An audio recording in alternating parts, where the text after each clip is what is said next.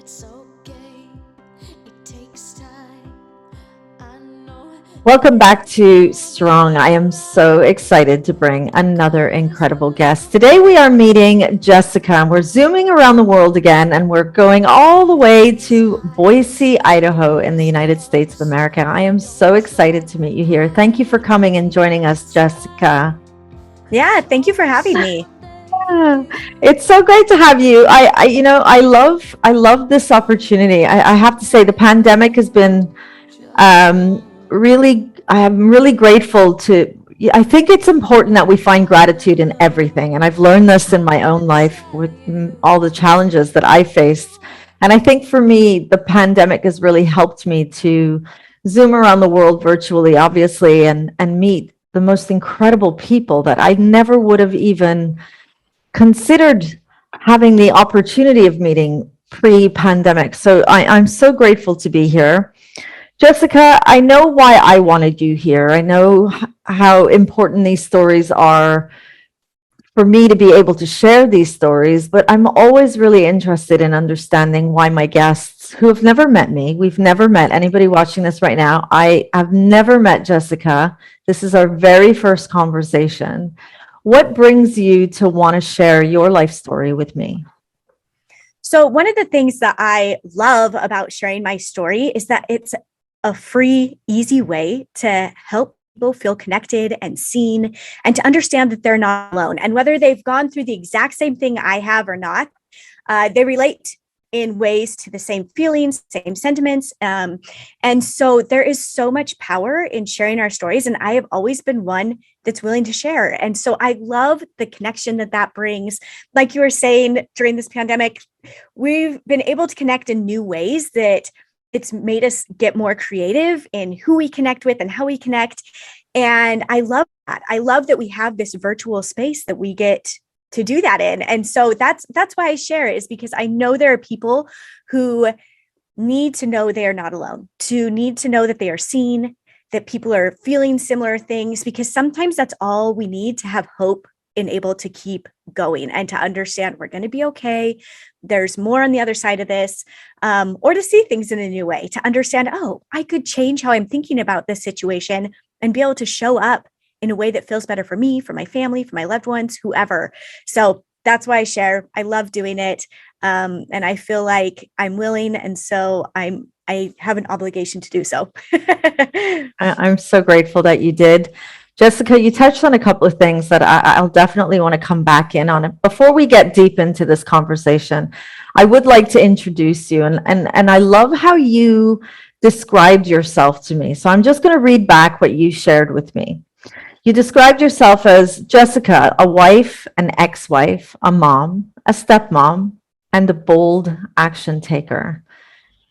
I can completely understand the titles of wife, ex-mom, mom, stepmom. I'm curious about what the bold action taker means.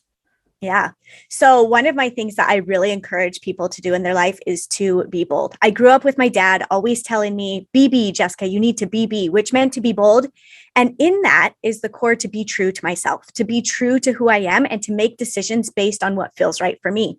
And so that's really one of the things that I am naturally good at, is being able to take action that feels true and right to me. And for me, that I define that as taking bold action, whether that means, I know I come off as a little extreme or loud or whatever to some people.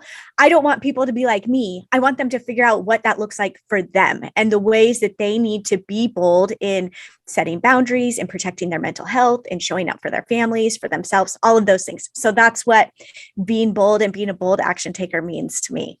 I love it. I love it. Jessica, I'm watching you and I see a really confident, beautiful woman who I don't know if you recognize these things in yourself, but what I see is a woman with just so much energy and confidence. And yes, bold might be it. What do you see when you look in the mirror?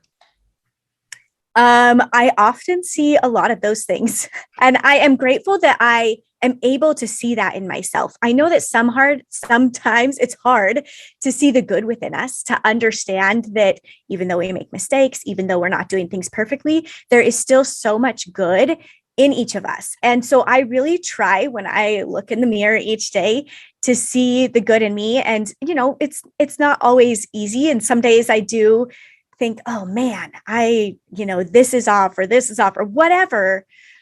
But I try to refocus and remember who I am. And it's always funny. I think of my husband when I talk about this now, because as soon as I say something negative or whatever, he's like, what are you talking about? And like jumps and like wants to change that narrative. I'm like, babe, it's okay. I'm allowed to sometimes question those things and to understand myself better. That's good. That's healthy. But also to come back and refocus on who I am and what I do see in that mirror. I want women, especially women, I want everybody, but I speak to women most of the time. I want them to look in the mirror and to see that good and to realize, we can be both of these things, a work in progress and a confident, caring, compassionate person, whatever it is you identify with. And to remember those things, that at the core, that's who you are, and you get to grow and you get to learn and do better on the way as well. So how did you become this way?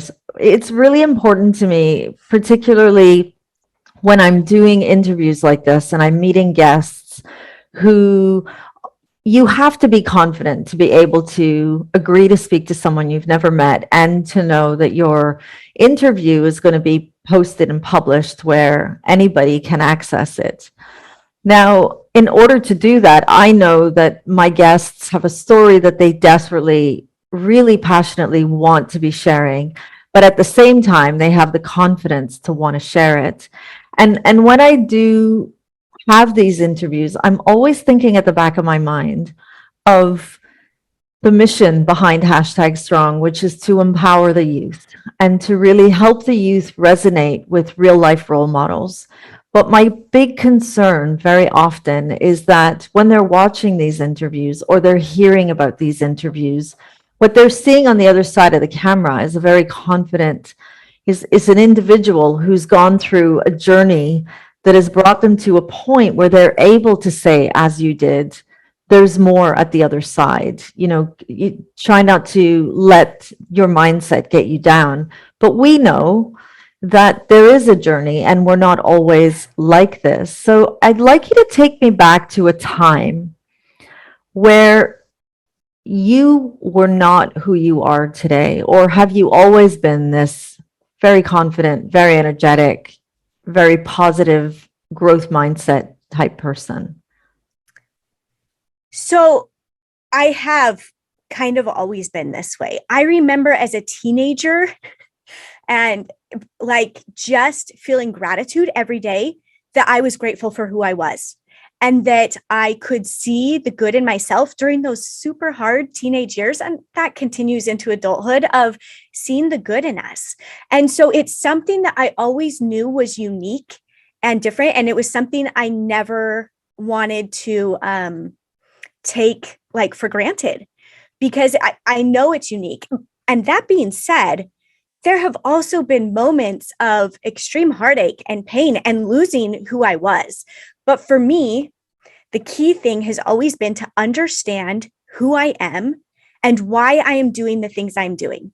So when somebody comes and says, I think about now online, I have this online presence, I share my story on podcasts, I have an Instagram following.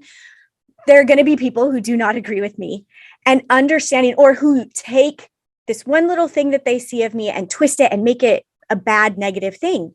And I always have to come back to, I know who I am and I know the message I'm sharing. And really that's all that matters. And there are all these other people who are getting the good out of it. And that's the important thing. But there was a time, and this is the time I always go back to, that I think, and partially because it's the most recent, of when I lost myself in life and in my roles and in what I thought I should do and how I should show up. And that is why I lost myself. And I think that's why so many of us lose ourselves, is because we lean into this idea of what our life should look like or what we should be doing for everybody else. And sometimes we forget that we need to understand what it is we need and what we want.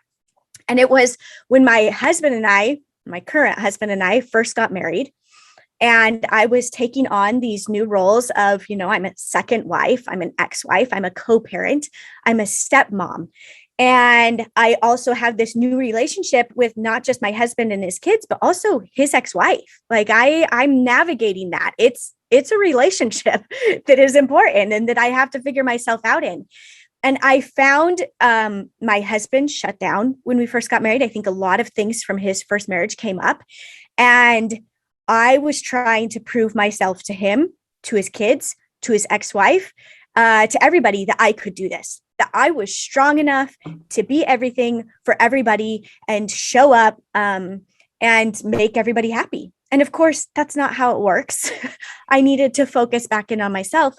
But we were to a point where I knew my husband wasn't sure he wanted to be married. And I knew that from like a few weeks into our marriage. Like he went downhill very quickly after we got married. And I just kept trying to prove myself. I kept trying to prove my worth to him, that I was worth staying married to, that I should be somebody he wanted. And at some point, I had this realization that I'd known all along, but it came back to me of, this isn't how it works. I don't need to prove my worth to him.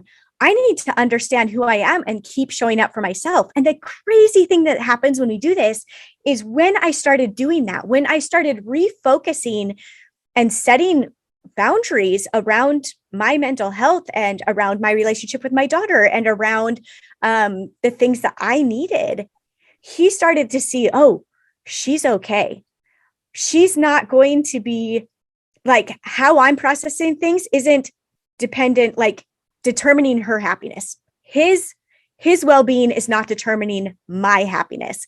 And that made it so much easier for him to start dealing with the things he was dealing with, to start processing these emotions he is having, and therefore opening up to me and being more secure in our relationship, because he knew I was okay. And he knew that he wasn't making me or like projecting on me his issues anymore. I wasn't taking his issues and making them my own. But those first couple of years of marriage, I spent probably 3 or 4 nights a week crying myself to sleep on the couch because he would fall asleep and I was just lost. I could not find myself. And I remember writing in my journal. I've gone back and read my journals from that time, and it's hard to read. But also, I wrote in there numerous times, Jessica, do you know who you are? Jessica, what is it you need right now? What is it you want? And just asking myself those questions. What does it look like for you to be happy today? And to understand who I was and what I wanted. And that's where the strength and confidence comes from, is knowing who you are and what it is you stand for and what it is you want, what you want people to feel when they're with you, what you want people to remember from you, from being around you. And that's something that I learned at a young age, that I wanted other teens, my peers, to feel safe with me. I wanted them to feel like they could be themselves. And therefore, I had to be myself and to accept who I was and to own my flaws and to embrace my strengths. And that's a process that continues on now and that has been so healing and such a huge part of who I am, and made it so that I can love and accept my life as it is not what I imagined or where I thought I would be. And that's okay. That's beautiful. I get to be here now, and everything that's happened has made me who I am. Amazing, incredible. You retell that story and it just sounds so seamless. I know that young teenagers right now, they're really struggling with finding themselves. The questions you said about, Jessica, who are you? And do you know who you are? Those are really deep questions. How did you know when the answer felt right? Was it something that ticked inside of you, or was it an intuitive feeling? How did you know you got it right? So I really believe that we speak to ourselves, that there is this voice in each of us that when we listen and act on it, we get to hear that voice louder and louder, telling us what is and isn't right for us. Now, that being said, we're going to make mistakes along the way. And sometimes we don't listen to those feelings or that voice, and we sit in that discomfort. I really believe that when we go the wrong way, we can choose to own it and say, hey, that was that was not right. Like I messed up there. I'm going to own it. I'm going to either, pivot and do what's right. Sometimes we need to backpedal a little. Oh my gosh, backpedal a little to get to where we need to be to keep moving forward. But I firmly believe that when we really start listening, and instead of just sitting in, I think it's important to feel the feelings and to embrace like, hey, this didn't feel right for me, but try to understand why it didn't feel right. Don't just keep pushing forward because our ego or our pride is saying, well, you committed, you need to keep going. But instead say, why doesn't this feel right to me? Why am I questioning this now that I'm here? What is it I need to learn from this situation? When we start making a pattern and of asking ourselves those things, whether it's a big event or a small thing that's happening or a big relationship or, somebody in passing, when we start making a habit of understanding those things, we get to know and understand ourselves better. We start seeing, oh, this is why it didn't feel right to me. This is why it isn't in alignment with who I am. And that gives us strength and courage to stand up for ourselves and take action moving forward.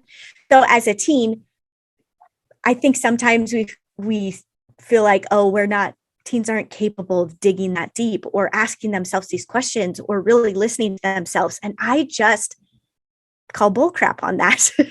I feel like that is the key time to start doing this. If you can start as a teen listening to that inner voice, what resonates with you, and then understanding why it resonates or why it doesn't resonate, there is so much strength and power that you get to give yourself as you continue forward. And so I just think that we are capable of doing that, but we really have to be open to listening. And one of the things I really encourage women, adult women to do this, and I encourage teens to do this. I talk to my daughter about this all the time, is silencing the noise of social media, of, religion, parents, all of those things, to understand what it is that resonates with you for sure. Now, I'm not saying you don't listen to your parents. I'm not saying you don't listen to feedback or those things, but understanding that sometimes the advice you're given isn't going to sit right with you. Sometimes the things you're hearing on Instagram, even if they're people that you really look up to and respect, it's going to make you feel, like, that just doesn't feel right. Sometimes we push through that and say, yeah, but they're saying it works, so I'm going to keep doing it. But that doesn't mean it's going to work for us. And so we really have to be in tune with those feelings of, and maybe you try it for a bit and it doesn't work. And you're like, okay, that wasn't something good. I'm going to try this a different way. But silencing that noise so we can hear our own voice speaking through it. And really aligning with those things that resonate to us. If what is being said, you are like, this feels right, embrace that. If somebody tells you something and you are like, that doesn't feel right, but I feel obligated to do it, go through that. Ask yourself those questions of, why doesn't this feel right? Why am I struggling with this? What is it about it that doesn't feel good to me? Is it not in alignment with something like one of my values or the feelings that I have about myself and about life? So I think that's really key, is just figuring out how to hear yourself speak to you. Amazing. Okay, Jessica, #strong is about sharing our story. And what I try to avoid are kind of like skirting around the realities. I don't want our youth to just feel like we're preaching this growth mindset. Let's do it. And I'm not saying that a growth mindset is not important. It is very important. Mm-hmm. But what I've seen in the work that I do is that young people see so much go, be positive, everything's great. And then they're at home and they're struggling with mental health issues because no one's having these conversations. So I'm going to dive right into, you titled yourself as an ex-wife. So I want to take you back to that time. Now, being a woman who has also been divorced, I know what that feels like. And I think the whole topic of divorce is really not a topic that we engage in. We skirt around it. there's almost like two stories that we tend to hear. One is the happily ever after, strong, confident, post divorce. And the other is the angered, let's not talk about it.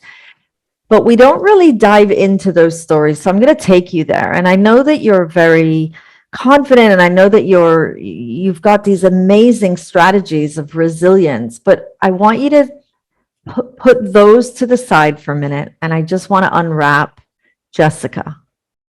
Yeah.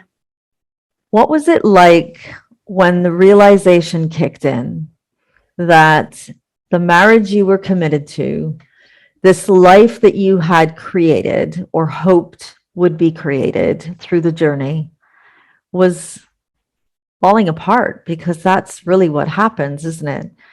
Take us back to those times. Talk to us about how you accepted it, or did you? And what were some of the reactions that you felt that no one really ever talks about? Yeah. I mean, I think about the moment I really knew we were getting divorced, and it's very clear in my mind. I was driving in my car. I could tell you like where on the road I was in Colorado, like driving down the freeway in my car, realizing this is really happening. And I mean, I had, this is, 2 months after my husband had an affair. He, my ex-husband is gay, and I knew he was gay before he had the affair. But we had a very great relationship. In that it was still hard. I mean, I don't want to make it sound like it was easy. We obviously had things we had to work through, but we were given a gift of getting to know each other on a very deep level. So he had the affair. And at this point, nobody knew he was gay. Nobody except Steve and I and his mom knew he was gay. And I am thinking, the reality of this is I now have to call my family and tell them everything that's going on. And we had a very good relationship, my husband and I did. And yet they're going to be like, what? Like, they're going to be blindsided. And now I have to catch them up on this 7 years of what we've been really going through. And I think that's so true in so many divorces, is that we are catching people up to the reality of our relationship, which is so draining emotionally. We've been processing a lot, we've been going through it, and now we have to explain ourselves almost of why we're getting divorced. And so I also remember thinking, what is my greatest fear around this? Why does this feel scary? Why does this feel hard? And it is because we don't expect to get divorced. Nobody goes into a marriage planning to get divorced. It's not the plan. I don't know anybody. I've never talked to anybody that's like, I'm going to get married, I'm going to get divorced, I'm going to be a stepmom, and so I think part of that is just when it's happening, you realize it's been a negative thing in our heads of this is not something you do. This is not what the plan is. And so there's a lot of rethinking that has to happen.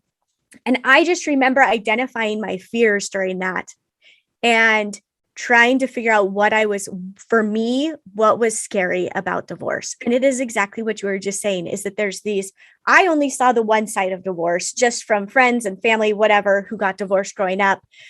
People in my church, it was always a bitter, angry thing. And these poor kids who are in the middle of it, and they don't get, they're all of their big events in their lives where they would have both parents there supporting them are now all about their parents, because they're worried about what it's going to be like to have mom and dad in the room. What is it going to be like to experience these things?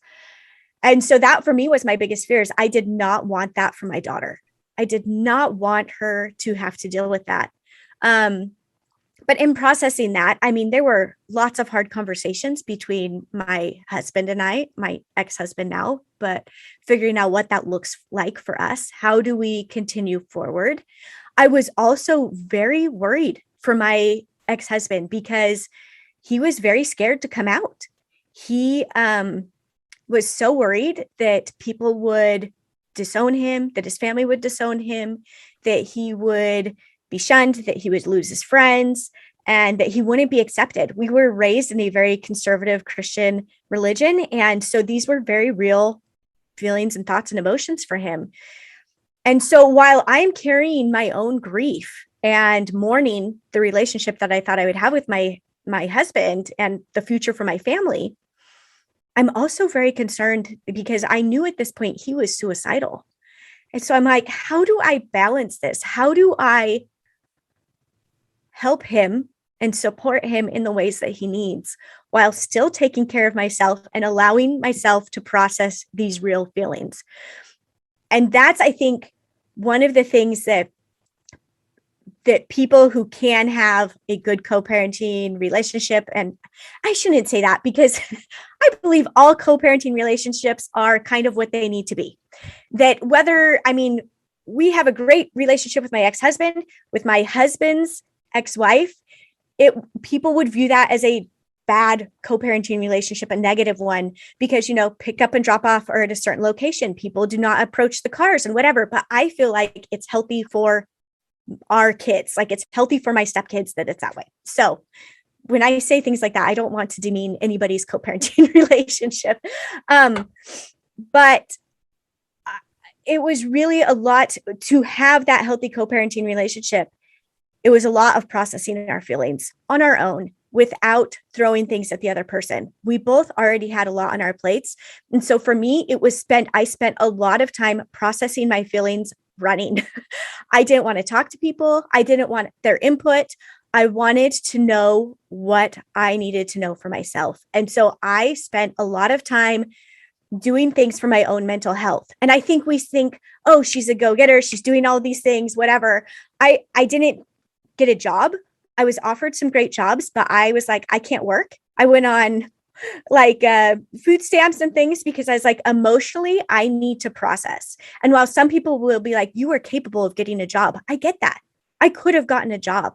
I could have not been on food stamps for the year that I was on them. But I also needed to do what was best for me and for my daughter at that time. And so I think there's things like that we don't talk about, that, yeah, I made a choice to stay home still. And I worked a little bit to get us by, but there was never any money in our bank. There was never any excess, but we were fine. We got by and we were happy. And so I think, we see where I am now, this relationship that I have with my ex-husband. We have a great relationship. We get along. I adore him. He's one of my best friends. But that doesn't mean I didn't feel the pain and the hurt and the sorrow, and that I didn't make decisions in that moment to protect my mental health. We still have to go through the motions of embracing what we are feeling and be real about that. I'd call my parents someday and I'd be like, I need you to take my daughter. I'm just a mess. She needs to be somewhere where there's people who are happy and healthy. Please, can I drop her off for a few hours today? And things like that. Just acknowledging what we need and then finding a way to get that, accepting that. And so I think hopefully that answers your question of that real raw. I mean, there was a lot that I made decisions that people didn't agree with, but it was to protect my own mental health, to make sure that I was getting what I need and that I could show up in the best way possible for my daughter as well, for myself and then my daughter. I firmly believe that when we take care of ourselves, and we should take care of ourselves, and that we embrace those feelings and understand and process them, then we get to move forward and heal. It's when we suppress them and don't acknowledge those feelings and don't acknowledge that, hey, I need to spend the day in bed. Every once in a while, that's fine. I did that last week. I was like, I'm taking 2 days. I'm doing nothing. I'm staying in bed. And it was so healing for me. I came back a better version of myself. And so I think acknowledging that there are those moments that it's okay to embrace that. Like, yes, you may see this person going and going who is confident or that they're getting things done, but that doesn't mean that they aren't taking that time to rest and to feel the feelings and to take days where they're like, I am not feeling myself, but also in that knowing I still am this confident, strong person. I am how I feel the other days when I don't feel like this. They coexist. They're not separate. I am still both these people. And I think there's so much strength when we embrace that and understand that.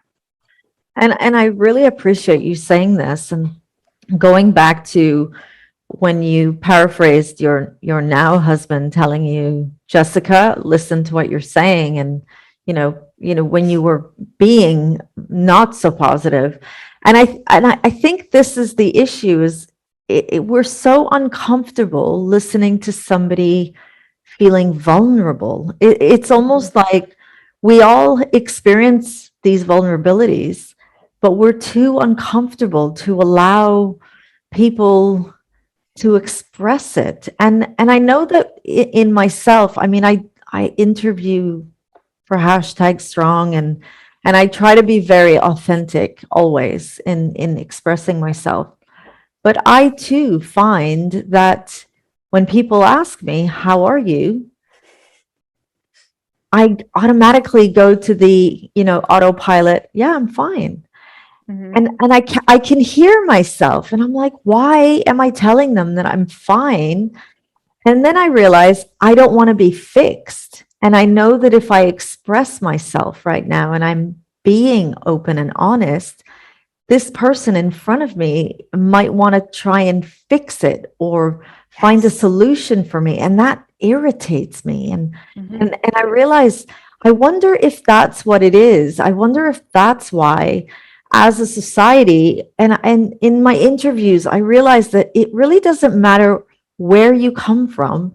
We all have this instinctual need to be fine or to say that we're fine when we know that we're not. And my concern is that our young people are not, you know, they're not being taught to express themselves, Mhm. and they're not surrounded by the conversation. So, for example, when I was growing up, everything happened in our kitchen. There was the old telephone, the rotary dial telephone, and when that phone rang, it was like magnetic. Everybody wanted to know who was on the phone.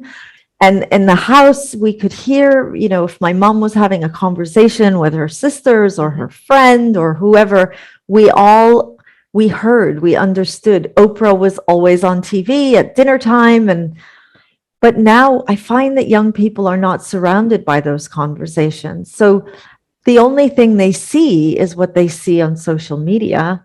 Mhm. And the only thing they hear is everybody telling them it'll be fine, but Yeah. nobody teaches them how. So Jessica, you've come through this. You've been divorced. Not only were you divorced, you also, I almost wonder if, and correct me if I'm wrong, in your divorce, it almost feels like there was a grieving process, not just about a marriage, but also about how the marriage came to be based on the circumstances of your ex-husband. Did you ever think, I'm not just struggling with coming to terms with my divorce, I'm also having to come to terms with my worry and concern over my husband, and that could have overshadowed the grieving process of your marriage?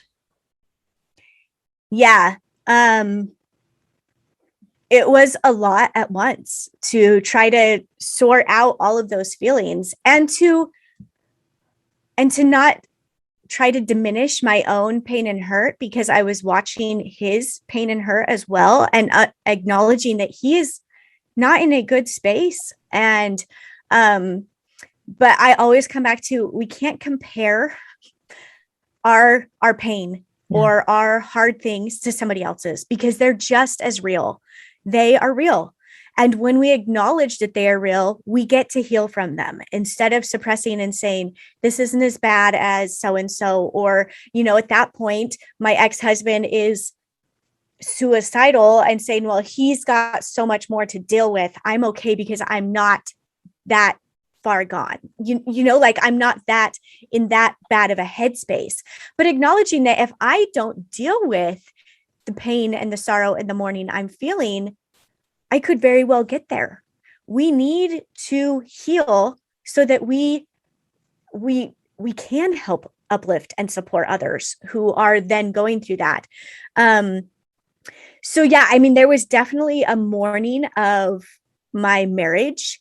There was a learning process of understanding, well, how do I feel about the LGBTQ community, because now the man that I had initially agreed to have a kid with and, married, the father of my daughter is gay. And does that change how I feel about things or how I look at things? And it did not, which I'm so grateful for that, there was just this understanding that this doesn't change who he is as a dad or a father or my friend or my confidant, but it just changes. I mean, it didn't change anything. It just changed our reality in how our relationship looked.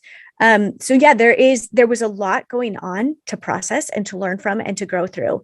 And one of the things you said that I want to touch back on is that often when we share the things we're going through, people are trying to fix us. And you're right. Most of us don't want to be fixed. Most of us want to figure out what it is we need and to understand ourselves. And when we start listening to the people that are fixing us, that's when we get caught up in that should mindset of, oh, I should be doing it this way. This is how they're recommending I do it, so we should be doing it that way. Yeah, I almost wonder, though, what you're describing as someone who's very consciously aware and has done quite a bit of critical reflection and reflection within. I don't think the average person is spending that much time. And I mean, I mean this with the most respect. And if I take myself for example, I'm constantly self-reflecting and backtracking, but in the moment, Jessica, when something when I'm telling someone how I feel, I don't want to be fixed. I just want to vent. Exactly. And I don't want to figure out who I am. I'm just like, I just want to vent. And I think that uncomfort on the other side is that need to fix. But again, I don't want us to come across as preaching. And I want to come back to some of the things that you mentioned. Season 3 is all about family and understanding how family looks different to many different people. I think this is so important for young people as well, is that they're able to hear stories or see and identify what they're experiencing in everybody else. And I think with the way that the world is, and with the rise of divorce and the LGBTQ community finally gaining a voice and gaining acknowledgement for allowing themselves to be present in who they are, we're going to see family and dynamics changing finally for the better. Yes. When you described yourself as a mom, a wife, and an ex-wife and a stepmom, I almost went, that's amazing. What does family mean to you now that you have remarried and you are a stepmom as well? When somebody says family, what comes to your mind? So when I think of family, I think of the people that have been placed in my life who are the closest to me, whether they are blood relatives or not. We have so many dynamics within our blended family that it's just so interesting. So our kids, we have 3 kids. 2 of them are my husband's. 1 of them is mine. And those kids come from 3 different dads. He adopted his oldest. His second is biologically his. And then he has a stepdaughter, my daughter. And so in that, it's like, I get to love these people in a way that I never would have understood before. And that is one of the beautiful things I think about life, is that we really get to love people in ways that we wouldn't have understood before. So my divorce has been the vehicle for opening my mind up to loving people and seeing my family in a totally different way than I ever would have. And it allows me to love other people in my family and outside of my family in ways that are amazing and that I never could have experienced if I hadn't opened my mind up to that. And I mean, I talk about my ex-husband, and I feel like he's one of my brothers now. I know people think that's so weird, but I care about him that deeply. I love him that much. And that's the best thing I can come up with it. Do I love him differently than my brothers? Yes, but it's that true of a love. It's that real. My stepkids, I feel like we're often as step parents, we're supposed to love these kids as our own. And I realized that for me, that's not a reality, and that's okay. But that doesn't mean I don't love these kids. I love them very deeply, and I don't expect them to love me like they love their mom and their dad. Like, no way. I am not that person. But I know they love me in a way that is unique to us. And that's the thing that I think we get hung up on in families, is that we think that we're supposed to love this certain way in a family. And it's, there's no boundaries, there's no barriers to that love. But in reality, there is. But there is still genuine love and respect. And even maybe more so when we acknowledge and recognize that this is a different love. I know that I have been able to be closer to my stepkids once I acknowledge that I'm not going to love them the same as I love my daughter. And that's okay. I now get to love them in this new way that's unique to us, that's just between us, that I get with just these kids. And I think that was healing for my husband too, to realize he didn't need to show up the same for my daughter, and that it was going to be different, and that I acknowledged and accepted that and loved that. So I feel like when we start seeing families for however they work for us, in not forcing a relationship in a family that isn't working, I think often we, because we're blood related, we feel we have to get along with these people, or we need to keep them in our lives, even though it might be damaging. That sometimes that's not the truth. Sometimes there's another path that works for us and that opens us up to more love and strength and confidence.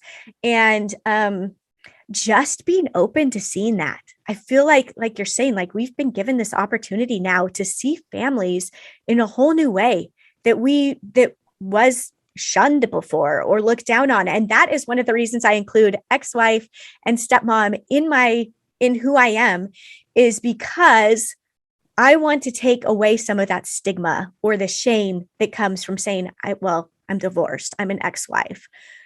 Because honestly, for me, that's one of the things I am the most proud of in my life, is this shameful event that happened that I should carry shame around, but instead has been something that I've been able to grow from, because I embraced the pain and the sorrow and all of that came with it, and was able to process that and heal from it in a way that worked for me. Amazing. Jessica, I want to talk about your podcast, Husband-in-Law. It's really an interesting podcast because you do it with two other people, don't you? Tell us who these people are. Yeah, so our podcast is unique in that I co-host the podcast with my husband and my ex-husband, and we don't bring on a ton of people to interview. We do occasionally, which is pretty typical for most podcasts, is that they have guests on there all the time. But it's really us going through our story and sharing those vulnerable moments of what happened and how we worked through it. And the point isn't to say we did this right, or to say, look at us and how we did this, but to help people start thinking of how they can figure things out for their own lives, how they can create a family that works for them. This is the family that works for us. My ex-husband is here for holidays. He comes over for family dinners once or twice a week. We host a podcast together. He works for my ex-husband, or for my husband now. They work together. And I'm like, it's not for everyone, but there are other people's life choices that don't work for me, and that's okay. And so I think that's just the point of it, is to share this idea that we can live different lives and still love and accept each other. Steve lives a very different life than we do, and that's great. I just want him to find happiness and joy in his life. So anyways, we co-host the podcast. It's super fun. We share all of our stories from the beginning of when Steve and I met, from the beginning of when Matt and his ex met, and going through till now, and the things we're struggling with and dealing with now. I think that's incredible. And I have such a deep respect for this. This is what got my attention, and this is why I wanted you to be here with me today. I believe that the three of you have really taken on this stigma of divorce and this idea of what normal family should look like. Mm-hmm. And I believe that you've really embraced the difference and celebrated it. And I think what I'm most excited about is that the three children are watching their role models respect, show love, and care so much that they're willing to share their vulnerabilities so that everybody else can learn from your life experience. What would you say has been the funniest moment in recording this podcast? I mean, surely you must get so many questions, like, Jessica, you, your ex-husband, and your husband, what on earth can you be talking about? Like, so tell us one of the funniest stories. So some of the funniest moments are when I'm sitting there with these two men who know me probably better than anybody else. They've both lived with me. They've both been married to me. And so just like they know all of my quirks and all of the things to point out. But and so that's always entertaining to me when they start like harping on something that I do. And for me, it is just funny. It's not offensive. I just laugh when they get into it. But then also the fact that, we talk about very intimate things, and that just like, I can't believe I'm sitting in this room with my husband and my ex-husband, and we can have this conversation, and it makes me laugh. I also really enjoy making my husband uncomfortable by just putting topics out there that he's like, I can't believe we're talking about this. And you'll hear him on the podcast just being like, oh, Jessica. I'm like, no, this needs to be said, because it's real. It's real stuff. And so it's just been an interesting ride and good therapy for all of us to take the shame out of these stories by sharing them with each other. Love and it. with the world. I absolutely love it. Thank you so much, Jessica. If there was somebody watching this right now, struggling with their marriage or struggling with their identity and really wanting to walk away from this conversation with something so special to remember, what would that be? What would you want them to remember? I want people to know that they are loved and that they are seen, and that those feelings that they're feeling are real. Listen to them. And I honestly believe that when we understand we are loved and we are seen, we start to embrace our feelings more, and we start to acknowledge the good in us with the hard.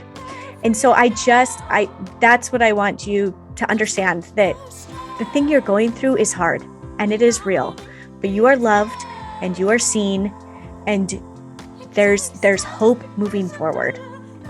Amazing. Where can we find you, Jessica, if we want to listen to this podcast? Yeah, so our podcast is on any podcasting platform, and it is called Husband-in-Law. And then I am on Instagram with my husband and ex-husband. It's mostly me on the platform, but it is the three of us on Husband-in-Law as well. So Instagram and the podcast are the best places to find us and to connect with us. Thank you so much. It was such a pleasure. I really enjoyed our conversation. And that brings us to the end of another incredible conversation. Today we were speaking with Jessica. We zoomed all the way out to, I'm going to say it again, Boise, Idaho. I love it. I've never spoken to anyone in Boise, Idaho, and we did that tonight. Thank you everyone for watching, and we'll see you next week when we bring another incredible guest to Strong.